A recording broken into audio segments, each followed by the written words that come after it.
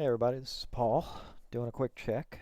Um, a little midday update. Just wanted to give everybody a general idea of where my portfolio's at. Some changes that I've made to my portfolio, as a lot of uncertainty surrounds the market right now. So in the middle of the day, looking at 12:12 p.m. Central Time, I am up 0.09%. Market is at 0.72. 1.51 and 0.95, and that's all in the red.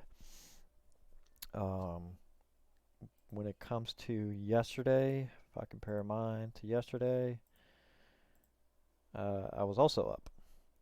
So, why am I up right now? The simple thing that's going on, and I've made some pretty dramatic moves in my portfolio, so I'll go over that too, why I did that. So basically, the reason why I'm up right now is because I normally just have a defensive portfolio anyways. I've always had a defensive portfolio ever since I started investing. Um, so if you look at what's up right now, so consumer non-cyclical, um, realty income corp's up because the because you know because the markets because the market is down, right, or the bond market is basically rallying pretty hard right now, and when the market actually opened, Real Income Corp was actually down, but then it turned right around. Um, Coke is up for two reasons. Just simply one of those stocks that people go to whenever they think there's going to be a recession. Consumer non-cyclical. That's what that means. That's stuff you buy even outside of a boom. And then you have Pepsi up. Coke's up also because they raised their dividends, so I was also very happy about that. Um, so basically, right now, it feels like the market is reacting to more of the coronavirus news coming in. So when it was contained to China, it was a story about, is there going to be. So basically, when it was contained to China, the story was, is it, if it's contained to China, okay, so you have this market that's going like this. So right now it's going like this, right? It's just going down, down, down. Their car sales today, when they reported them, that they were 92% down. Okay, so it's like way down here. Um, So the story before today was, this is just a China thing. It's not going to affect us, and China is going to basically do this. That's called a V-shaped recovery. Okay. Um, that's looking less and less likely. Um, so we go to my calendar here. So this all started in basically this. It started way back here, honestly. Didn't really start to hear about it until right around here, the 21st of January, and we're over a month later, and this is still going on, and the cases are still going up at a very large rate, and it is effectively a police state right now. Um, you get arrested if you're not wearing a mask kind of state, kind of deal right now, and their cases are still going through the roof. Even if they change the numbers one way or another, they're still going up. The problem is that it popped up in Iran, which means it's in the Middle East. Um, it's popped up in Korea in a really big way. That's a problem. That's a really big problem. So, it's already, you had the second biggest economy in the world that was hit with this. So now all of a sudden you add in Korea, and then you got Japan starting to see more cases. Now you got Hong Kong starting to see more cases. Iran, whatever, they're isolated anyways because of sanctions. Uh, but I mean, it's if it's in the Middle East, that's kind of a problem. That's a really big problem. You're starting to see more cases in France. So it's just, to, the cases in South Korea are very concerning. So the problem is that instead of it turning into what they call a V-shaped recovery, here's what the market's worried about. So you take this and then you do like that, and that's called a U-shaped recovery. Well, it's not a very good looking U, but that's a U-shaped recovery. Um, starts there, ends there. Is it a long U? Is it a short U? Nobody knows. But that's what it's starting to look like. And the problem is that when our manufacturing numbers came in, we expected them to be down because materials coming out of China are starting to slow down because of this. So that's going to affect our manufacturing section. So that was expected, but it's still above 50. Okay, so that's the good news. It's still above 50, but the problem is when you get a number like this. So manufacturing makes up maybe like 20% of the U.S. kind of like economy. This is services. Services make up the other 75%, give or take. When you see a number like this that drops like that, lowest number since 2013, and there's a chance it could go further, that's a real problem. That's when you start getting markets reacting like this. Um, yeah, that's when you start getting things like kind of what you're seeing today. You're seeing the bond market. So this is the 30-year 30-year bond at 1.9. Today it hit 1.89. Um, got this off of Twitter, so it hit 1.89. That's a record low. That's really low. That's a lot of fear in the market. So that's why you're seeing the market react the way it is. These growth stocks in the tech sector are just getting slammed. They were down 1.5% yesterday. They're down 1.5% today. Um, so they're just getting slammed. Um, Dow Jones is getting slammed. Pretty much everything's getting slammed. Um, only thing that's really not getting slammed is basically REITs because they love these low rates. Utilities, um, consumer non-cyclicals. So, and then you have something like P&G. Um, just these non-cyclical stocks. So what I did today basically is there is no telling how long this is going to go on for, but it is going to start hitting things. And when it hit consumers, the service sector today, that's a biggie.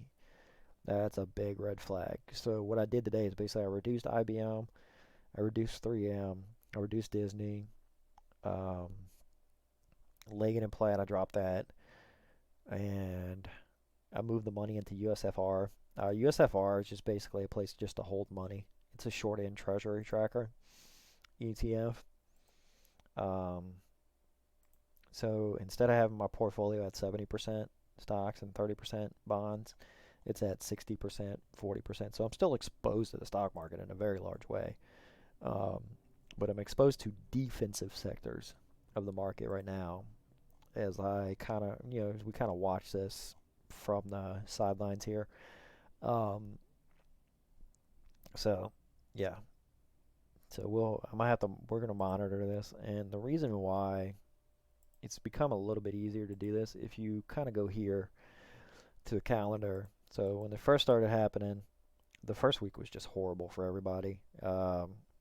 And then it started to kind of, it started to kind of a little bit, and then Friday was kind of horrible.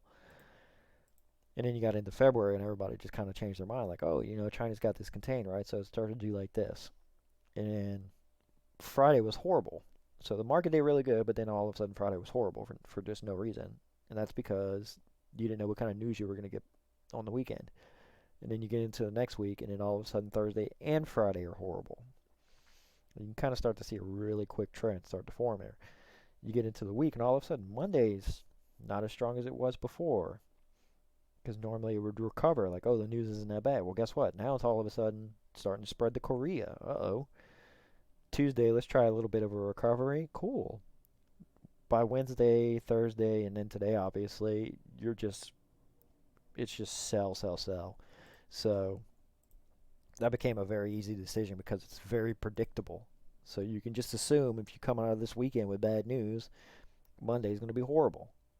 Maybe they might try to recover on Tuesday like they have been doing. That's because people go in there and buy their own stock back. But, I mean, if the news continues to go downhill, especially in Korea where this is just getting started, and who knows where else it's going to pop up. So there's a lot of fear in the market, and Q1 is almost over. Q1 ends on April 1st. That's just not really what you want to see. That's really not what you want to see. So if this goes into the second quarter, because everybody is pretty much saying that the first quarter is just screwed. Profits are just going to be horrible for anybody that has exposure to China. So, but if this starts to go into Q1, Q2, Q3, and then you start to get more politic type stuff, the markets are already going to freak out once you get to Tuesday or Super Tuesday, and if Bernie comes out on top, the market's already going to lose his mind over that. Um, so if you have a economy that's starting to kind of fall apart because of global things, and then you have, like somebody who might realistically win the presidency who's not Trump, because the market just loves Trump, um, you start to see some really bad stuff start to get priced in really quick. So we're just gonna have to kind of watch it. So since the last time I did a video, as you can see, I obviously added Walmart. You might be asking why I added Walmart, and if you go to their earnings, um, this is just a simple case that analysts don't know what they're doing. So they said that they missed their earnings. Okay, so they made $142 billion. Okay, so let's just think about that. If you look at this, 136 was in Q4 of 18. Okay, Q4 19, 139. Okay, 3 billion. See the trend here?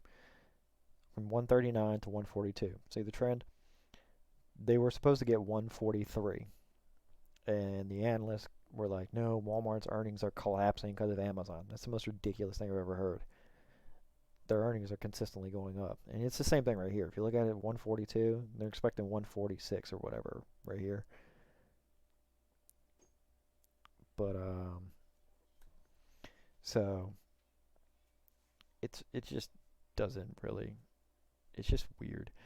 So if you just backtrack these numbers and you go back to say 17, it's the same kind of thing. So you just see this continuous trend upwards, you know, where they're consistently beating their prior year's holiday sales. But it's very easy trend to follow. But the analysts keep marking it higher and higher and higher. Okay, but that doesn't make it a bad company to invest in. That's insane. So, it's still Walmart. There's still one of these things on every single corner. So it's just, I don't know. It's just a really weird thing. Um, so that was an easy one to buy into, and a very easy one to buy into, especially if you're looking for something that's just extremely solid. And it's also one of those stocks that, by the way, I like. It pays off on one of those times that is just like a weird time for the. It's a weird time for the market. So if I go to my estimated income, you can kind of see what I'm talking about here. Um, so obviously you see these big spikes. So this is when most of the corporations pay out, right? Yeah. Yeah. This is March compared to April, right?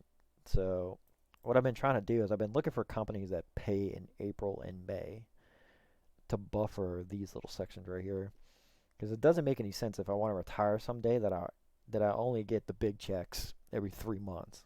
I don't like that. I think that's just doesn't make any sense when I can literally just take some money, throw it right here into something that pays in April. Well, I got Coke paying in April. I have Leggett and Platt paying in April. Um, I have Walmart paying in April. If you look at this, yeah. And then I have my monthly stocks, obviously, that I pay in every month. But I have Cisco. This is another one that I have that's paying in April. So it's just these ones that pay in these off months to kind of offset. Because I didn't want to have something right here. Because I could easily, very, very easily do this where I would have $200, $300 here, but it drops to 50 right here, and then 70 right here. Well, that just doesn't make any sense to me. So I would prefer to just have monthly income. Uh, and even if I'm in the stock market, there are ways to do that. You just kind of look at whatever their dividend payday is, and you just kind of focus around that, especially if it's a really solid company. So do a quick little check. Hit refresh one more time. Show you where I'm at here. Um, Another one that also up there, dividend by the way, was Pepsi. There was another one that up there. So just having these two is just ridiculously solid names to have. Walmart's another one. P&G's another one.